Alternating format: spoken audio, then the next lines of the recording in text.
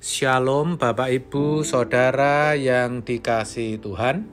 Seri pengajaran hari ini berjudul Tips Menemukan Tuhan.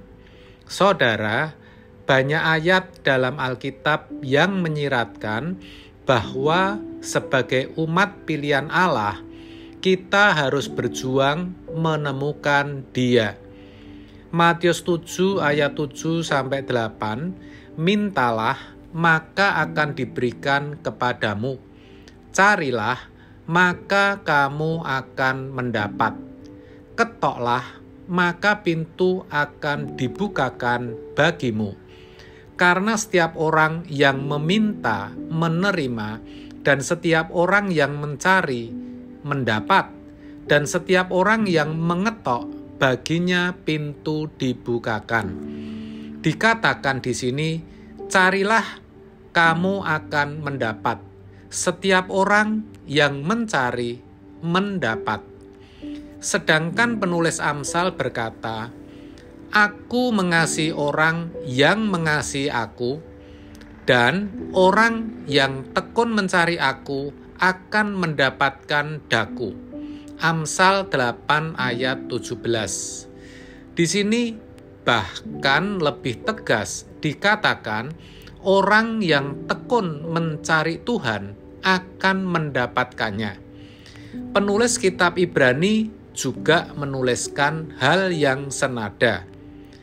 Tetapi tanpa iman tidak mungkin orang berkenan kepada Allah.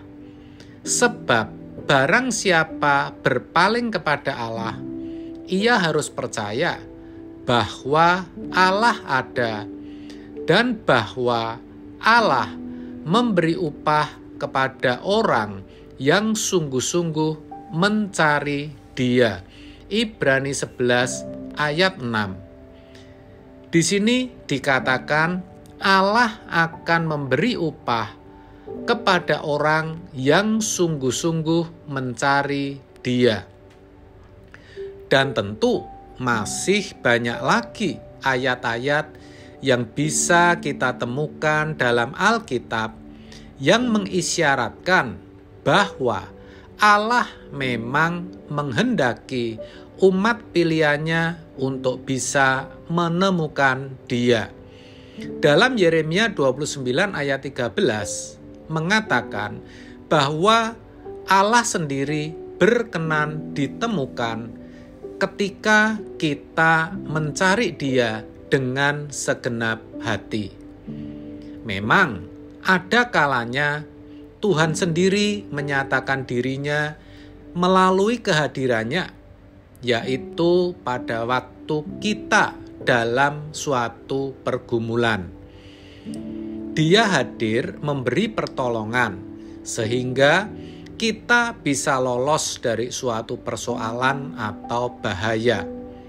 Tetapi hal itu tidak cukup membuat seseorang menjadi manusia yang berkualitas baik. Sebenarnya Tuhan menolong seseorang bukan hanya sekedar memberi pertolongan, tetapi ada agenda yang jauh lebih besar dari sekedar meloloskan seseorang dari sebuah persoalan atau bahaya. Kehadiran Tuhan tersebut merupakan panggilan agar kita harus berjuang untuk menemukan Dia. Dengan kata lain, Tuhan memberi pertolongan itu merupakan pemantik, pemicu agar kita mau berjuang menemukan Dia. Saudara, di sini kita harus bisa memahami kalau Tuhan menghendaki kita menemukan Dia, itu bukan untuk kepentingan atau keuntungannya, tetapi justru untuk kepentingan dan keuntungan kita. Pertanyaannya, apa untungnya kalau kita menemukan Tuhan? Tentu banyak, saudara. Yang pertama, kita dapat meneladani pribadinya dan menaruh hormat secara pantas. Kita tidak dapat meneladani pribadinya serta menghormati Tuhan secara pantas tanpa menemukan dan mengalami Tuhan dalam kehidupan secara nyata. Sebaliknya, kalau kita menemukan Tuhan, akan ada pertemuan terus-menerus, dan itu akan membuka mata kita guna mengenali bagaimana kita bisa memiliki kerendahan hati, kelemah lembutan, ketegasan terhadap dosa, beban yang tulus terhadap sesama, dan lain sebagainya. 3. Yang kedua, Bapa dapat mengimpartasi perasaan dan pikirannya kepada kita, yang sama artinya dengan mengimpartasi kodrat ilahinya, sehingga hidup kita menjadi hidup yang berkualitas. Yang ketiga, kita dapat menghayati kebesarannya, keagungannya, kesuciannya, dan keberadaannya yang lain yang sangat menakjubkan dan menggetarkan. Saudara, Allah itu bukan pengetahuan, juga bukan sekedar sekumpulan doktrin, tetapi pribadi yang hidup dan hadir nyata dalam kehidupan kita. Untuk itu, kita harus menemukan Dia dan memiliki pertemuan itu terus-menerus tiada henti.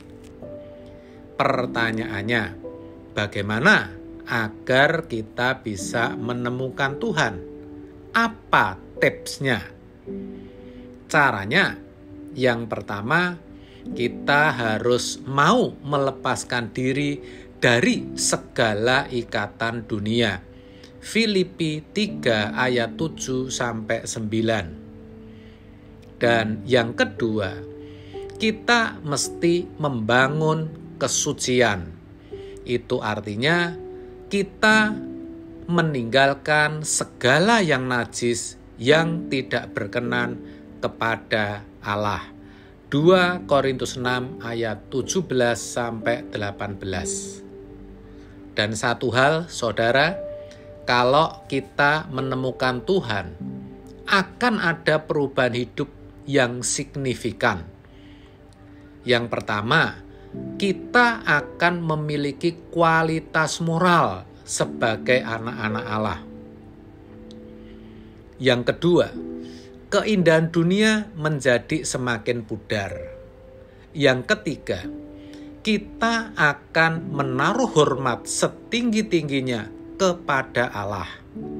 Yang keempat, kita akan menyerahkan segenap hidup kita kepada Tuhan tanpa batas.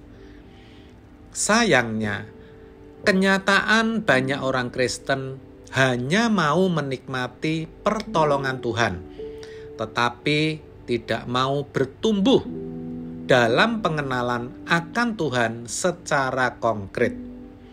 Akibatnya, mereka hanya memiliki kesaksian mengenal Tuhan dalam kisah hidup masa lalunya, tetapi tidak tergambar, tidak terperagakan dalam kehidupannya hari ini melalui karakternya.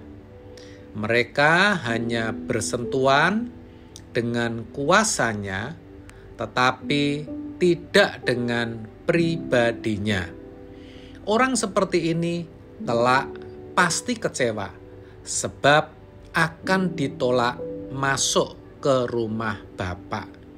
Itulah sebabnya di sisa hidup kita, mari kita sama-sama berjuang untuk menemukan Tuhan. Amin. Tuhan Yesus memberkati.